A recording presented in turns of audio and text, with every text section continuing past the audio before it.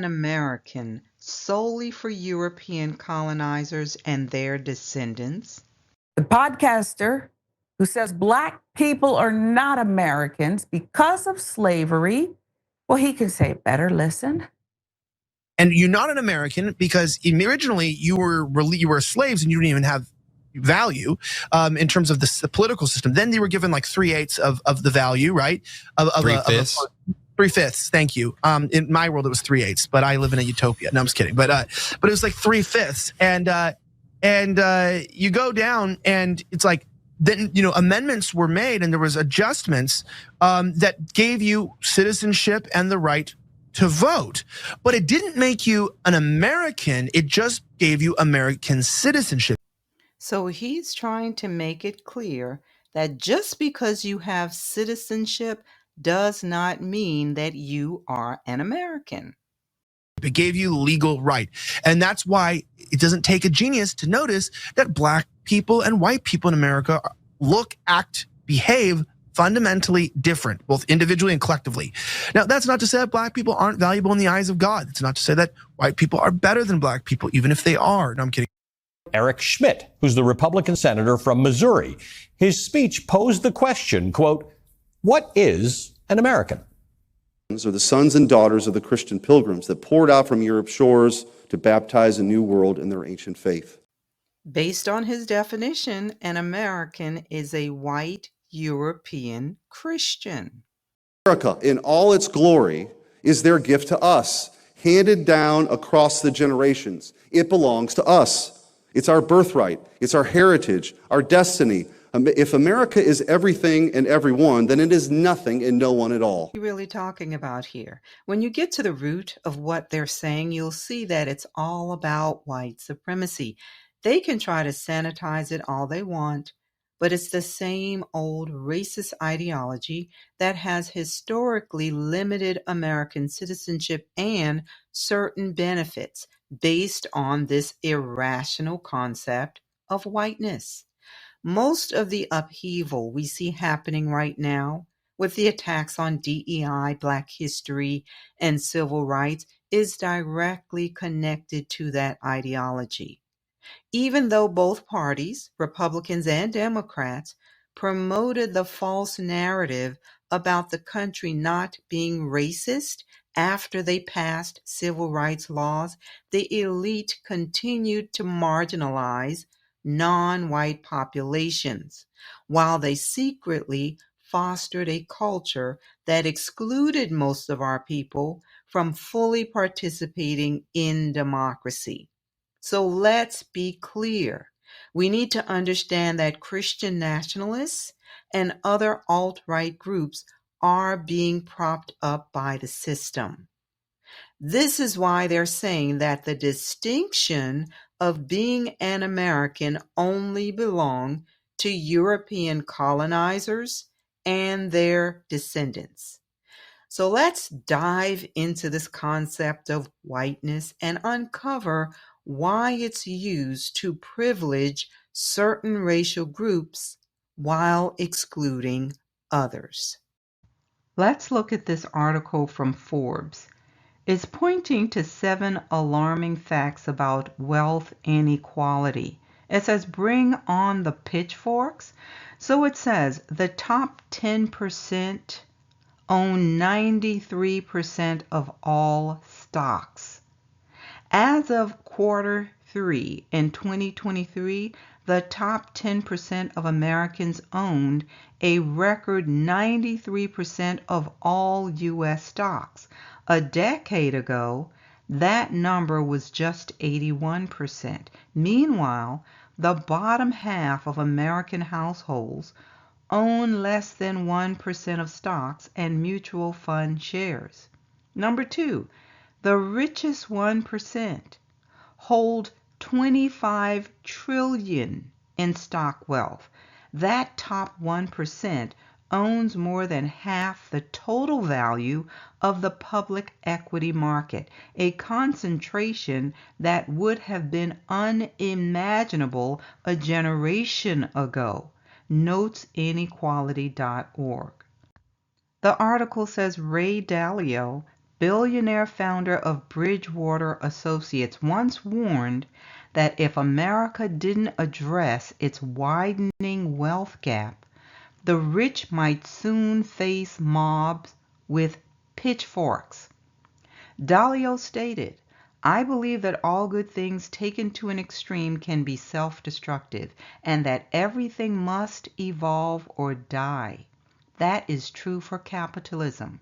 Bridgewater, the world's largest hedge fund, manages over $124 billion in assets. Dalio is power speaking truth to power. While Dalio may not have used the 19th century word pitchforks, which was a referral to rebellion by peasants wielding actual pitchforks, his warning to fellow capitalists was seen as the same kind of warning. This is what is fueling the overt racist statements coming from the political and religious organizations, you all. Are we not seeing a repeat of the arguments used to defend slavery? The love of money is the root of all evil. Note that it says it's the root of all evil. Colonizing nations steal wealth and resources, and they're still doing it. It says Dalio's pitchfork metaphor was no exaggeration. Now more than ever, we are living in an era defined by a gaping and growing divide between the haves and the have-nots. The photo of Elon Musk in a t-shirt standing beside President Trump in the Oval Office is a picture that punctuates the numbers that tell the story of a deep divide between the elite and workers. So what's happening? The piece of the pie shared by the majority of Americans is now shrinking, and it's causing people to fight for the crumbs. Don't you see that this is by design? When there's scarcity, people turn on each other. They will not look at those who are enjoying 74% of the pie.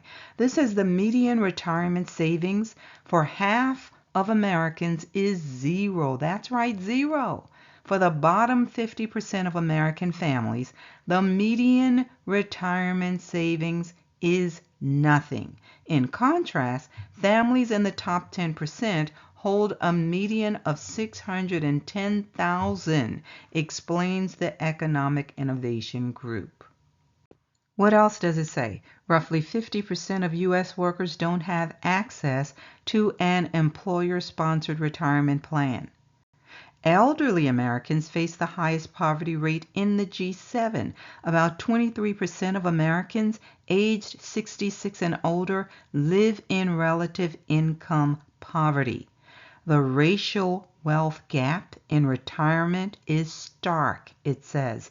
Median wealth for Black and Hispanic households is $24,000 and $36,000 respectively. For white households, it's $143,000. So when white families begin to lose jobs and other resources, what happens? They begin to believe the rhetoric that the others, those who are not of the supposed superior race, is responsible for that. The brown people are taking something that belongs to them. So let's identify what's happening here. This comes from Oxfam, and it's entitled, "Is the U.S. Witnessing the Rise of Oligarchy?"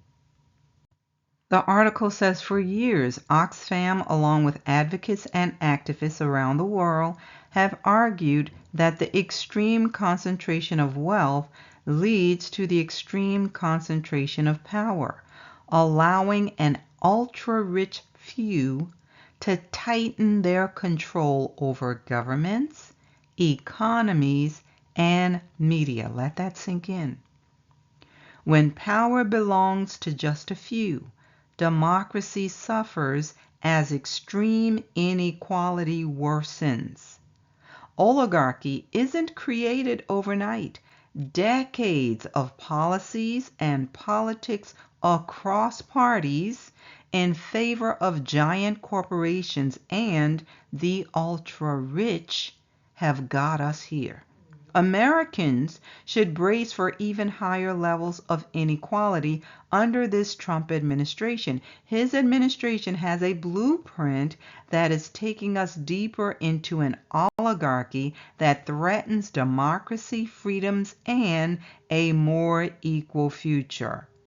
Not that it has ever been equal for us, but it goes on to say that oligarchy is about the ability of an ultra-wealthy elite to shape political decision-making in ways that increase their wealth and power. We can clearly see that happening right now. Oligarchic power is ultimately rooted in wealth, and the influence of oligarchs is enabled by huge concentrations of it. Given the massive amount of wealth and power that the ultra-rich have amassed, coupled with their influence over political decision-making in the U.S., it's only fitting to use the term for the direction that America is headed.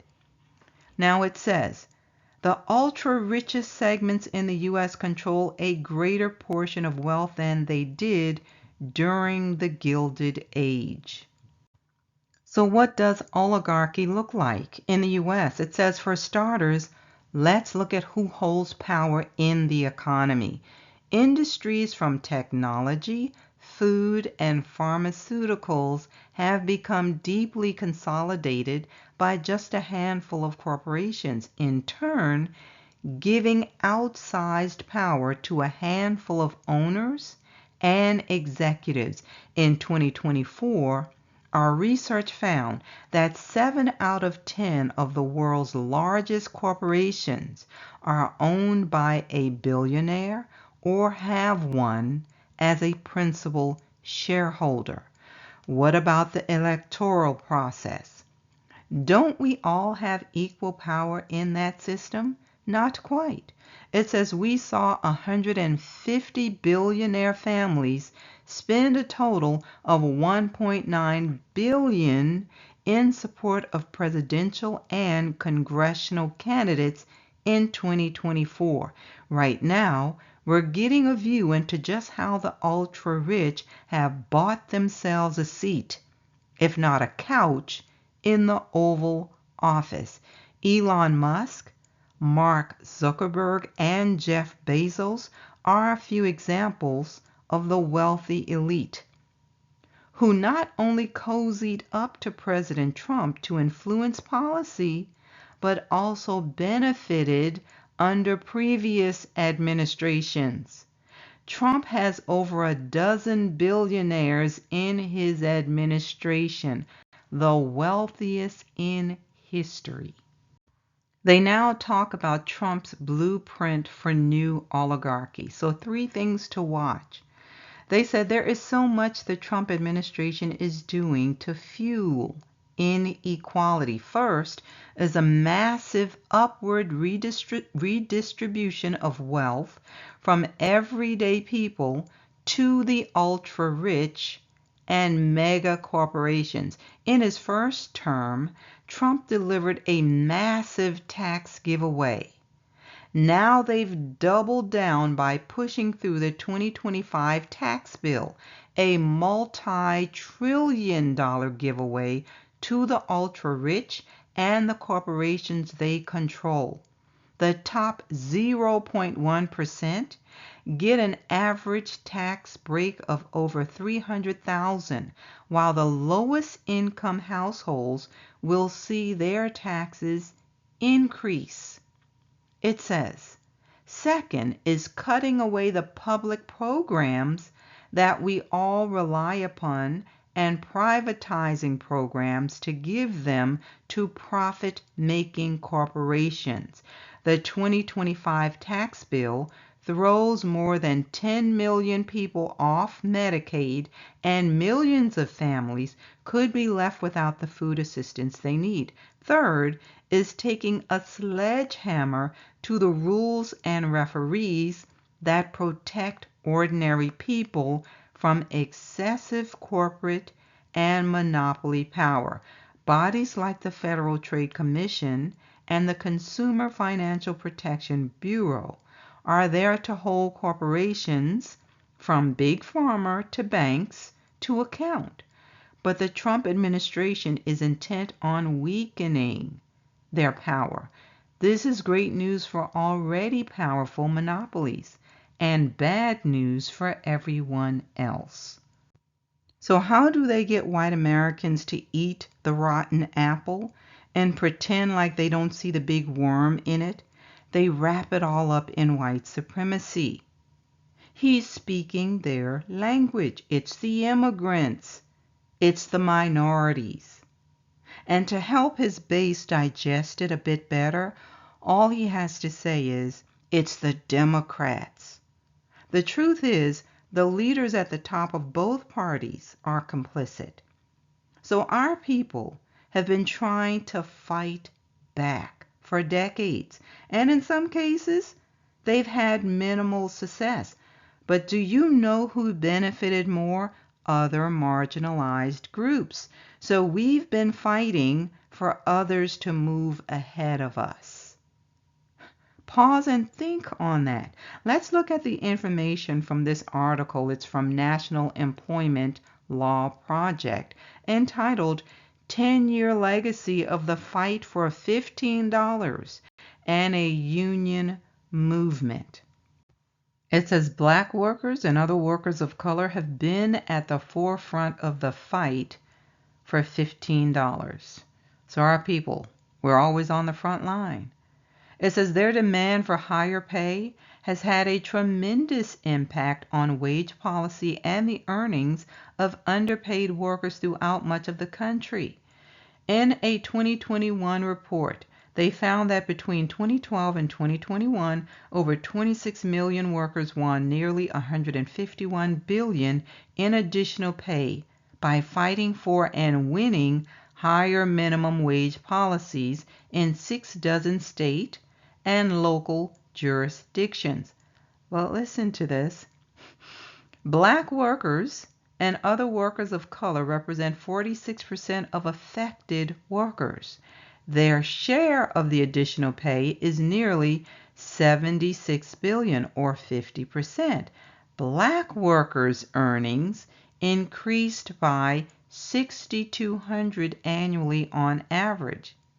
But the earnings of Latinx and Asian American workers rose by an average of approximately $7,300 annually. So basically, we'll let you all do all the heavy lifting because we know that in the end, this is going to benefit us more. Let's look at this from Bloomberg. It's entitled Black Unemployment is Surging in Trump's Overhaul of U.S. Economy. It says in his first term, President Donald Trump frequently touted record low black unemployment. Now it's rising at the fastest clip since 2020. The unemployment rate for black Americans has shot up by 1.5 percentage points over the last 3 months, a rare development outside of recessions. At 7.5% is once again twice the rate for white Americans, erasing the progress made in narrowing the gap over the last 3 years. A new day and a new vision for America. That vision is already underway. I'm going to share some excerpts from this Council for Foreign Relations article that came out recently. U.S. Senator Elissa Slotkin talked about the new vision for America's national security. So she said, first, on economic security, we need to treat economic security as a national security priority because it is. She said, I believe in my bones that the existential threat to the United States is not coming from abroad, it's the shrinking middle class here at home. Using the term existential is not hyperbole. If you want to understand how the U.S. got to this fractious authoritarian moment in our history, all you need to know is that the American middle class has shrunk since its high water in 1970. In the last 50 years, the share of Americans in the middle class has fallen by nearly 20%, and all of that lost wealth has moved towards those who already have it rather than those who are striving for it. That's not a political statement. That's a cold, hard fact. Now, here's what you need to know about the middle class in America. It plays a major role in economic growth, financial stability, and social structure. The United States middle class is often considered the backbone of the nation. So what does this mean for everyday Americans? She says it means we can't. People cannot provide to their kids what was provided to them, a home of their own, a fishing cabin up north, a trip to Disneyland every so often. These are the things that define a comfortable middle class life. And when Americans can no longer afford them, they feel angry. They lose their dignity. They feel shame. And they start looking for someone or something to blame. That's how we begin to tear each other apart from the inside, and how voters end up jumping into bed with anyone promising change. Pause and think about what is being said here. The middle class is a core part of the country's economic engine, and it has fallen by nearly 20%. Where did the wealth go? To the wealthy. And this is by design. We need to talk about this. We need to talk about it because it's at the root of the rhetoric we're now hearing about who is actually an American. It's also driving the policies that are designed to disenfranchise our people even more. The elite have taken an even bigger piece of the pie, and they need white America to believe that brown people are responsible for this. So this article from Profilus is entitled Right-Wing Extremists Drive Majority of U.S. Political Violence. It says both federal assessments and independent research reveal that the majority of political violence in the United States is attributed to right-wing individuals and groups. The Center for Strategic and International Studies found that right-wing extremists were responsible for approximately 67% of extremist-related terrorist plots and attacks between 2015 and 2020. It is important to note that this is not the sole source of data about U.S. political violence. We're back to Bacon's Rebellion. And for those who are not familiar, this is when the elite invented the distinctions of black people versus white people here in the United States. During Bacon's Rebellion, which occurred in 1676, the rich landowners, particularly Nathaniel Bacon, were concerned about the growing influence of black and white servants and enslaved individuals who had formed alliances during the rebellion. This alliance disturbed the colonial elite, who feared that such unity could lead to further uprisings and a loss of control over labor and land. In response to the rebellion, the Virginia House of Burgesses enacted laws that established a clear racial divide, which contributed to the rise of racial slavery in the Chesapeake colonies. Wealthy landowners worried that the presence of these laborers, who were often former indentured servants, would challenge their dominance and lead to loss of power. We need to remember what happened during Bacon's Rebellion. Let's look at this from Speak Out Now, entitled Bacon's Rebellion and the Making of Race in the United States. Now let's see who was in Bacon's army. It says it consisted of many poor whites, both freed and bonded, and poor blacks, freed, bonded, and enslaved. Poor white and black workers and farmers joined together in a revolt against the colonial regime and big landowners responsible for their exploitation and impoverishment. Who are we talking about?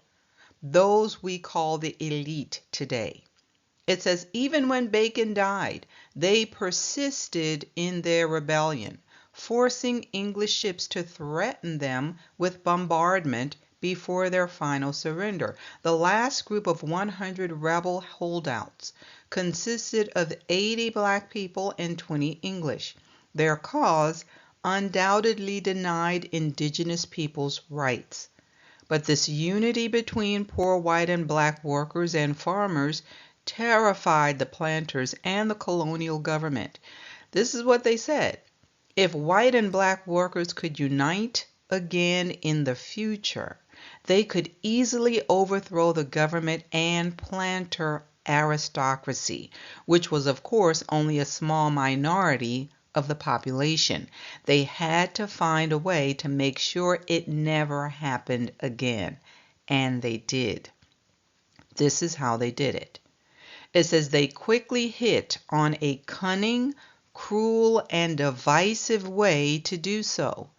Give white workers certain rights and advantages over black workers, while at the same time enshrining black slavery into law.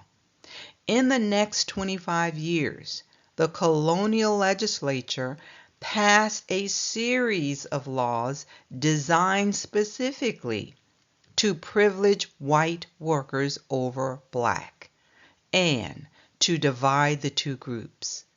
In the words of one historian, by a series of acts, the assembly deliberately did what it could to foster the contempt of whites for blacks and Indians, and they're still doing the same thing today. You all, this legacy is still deeply ingrained in the psyche of the majority of white Americans. We can see it. They can't seem to see it. We're the first group they will single out for harassment and violence when things happen in their community, to their people. Why did they immediately begin to send threats to HBCUs when one of their own took out Kirk? Notice where the dog whistle came from, though. Those who control the wealth. Trump's rhetoric to get them stirred up is the tried and true method that will keep the elite in power without fear of an uprising. Indeed, it was a shrewd and cunning plan, because we see how well it's still working centuries later. The article goes on to say, once the legislature was done, blacks were not allowed to own slaves. Blacks were not allowed to own weapons. Blacks were not allowed to lift their hand against Christians. Blacks could be punished by dismemberment, but white indentured servants could no longer even be whipped. Slaves were deprived of property, which was then turned directly over to whites. Harsh punishments were implemented for miscegenation. People with any African heritage were defined as black. Release from slavery was forbidden. By 1705, With these laws, Virginia's system of slavery based on skin color was in place. White workers were given freedom from servitude, the ability to own property and other privileges that blacks were specifically denied. And the mixing of the two groups was more restricted than ever before. These factors all made it less and less likely that poor white workers and farmers would risk their small privileges to help more oppressed black workers. And once white-only slave patrols were instituted in 1727, white workers and farmers actually were tasked with directly oppressing now enslaved blacks and were usually paid to do so. It goes on to say, in other words, the rulers, the tobacco planters, and colonial government had successfully divided white workers and farmers from black workers who were now legally enslaved. In the coming decades, and despite variations from state to state, the Virginia system of black slavery spread throughout the South, creating a rigid division based on skin color. In this way, Bacon's rebellion was the catalyst for the creation of race in the United States. Now listen to this from Yale ISPS. It says, while white Christian nationalism in the country finds its roots hundreds of years ago, the phenomenon bubbles up during periods when white Christians feel threatened by outside forces, amplified by war, heightened immigration, or periods of economic instability. If you think about it that way, the period we're in now is a perfect storm, Gorski said. All three of those catalysts are present. So Bacon's rebellion happened nearly 350 years ago. Since that time, we've endured extreme atrocities and oppression in this so-called Christian nation at the hands of many who claim to know truth. I don't know how those who say they read the Bible can ignore the spiritual principle of sowing and reaping. You are going to reap what you have sown. How can you continue to sow wickedness all over the world and think that you will never give an account for that? Yet for some strange reason, colonizing nations think that they are exempt. They hold themselves blameless because they believe that there are no consequences for sin when you become a Christian. Those who think that way do not understand Yah's justice, and they really need to read Joel 3. They only focus on his love. The Most High is loving, but he's also just. And we are the witnesses to prove how true that is. We were chastened for our rebellion, and we still bear the scars of that chastisement. Listen to this passage from Psalm 64. Hear my voice, O Yah, in my meditation. Preserve my life from fear of the enemy. Hide me from the secret plots of the wicked, from the rebellion of the workers of iniquity, who sharpen their tongue like a sword, and bend their bows to shoot their arrows, bitter words, that they may shoot in secret at the blameless. Suddenly they shoot at him and do not fear. They encourage themselves in an evil matter. They talk of laying snares secretly. They say, who will see them? They devise iniquities. We have perfected a shrewd scheme. This is what they say. This passage says both the inward thought and the heart of man are deep. But Yah shall shoot at them with an arrow. Suddenly they shall be wounded. So he will make them stumble over their own tongue. All who see them shall flee away. All men shall fear and shall declare the work of Yah, for they shall wisely consider his doing. The righteous shall be glad in the Most High and trust in him, and all the upright in heart shall glory. So we do not have to live in fear of the tares. They were created for destruction, and right now they are working with the powers of darkness to create chaos so that peace can be removed from the earth. And then they will implement a false sense of peace. So we'll talk about that on the live this coming Wednesday. Be sure to join me for that. If this message has been a blessing to you, please remember to hit the like and share. You're also welcome to subscribe if you have not already done so. We normally upload messages on Sunday mornings at 8:30 a.m. Yah willing. Join me next time.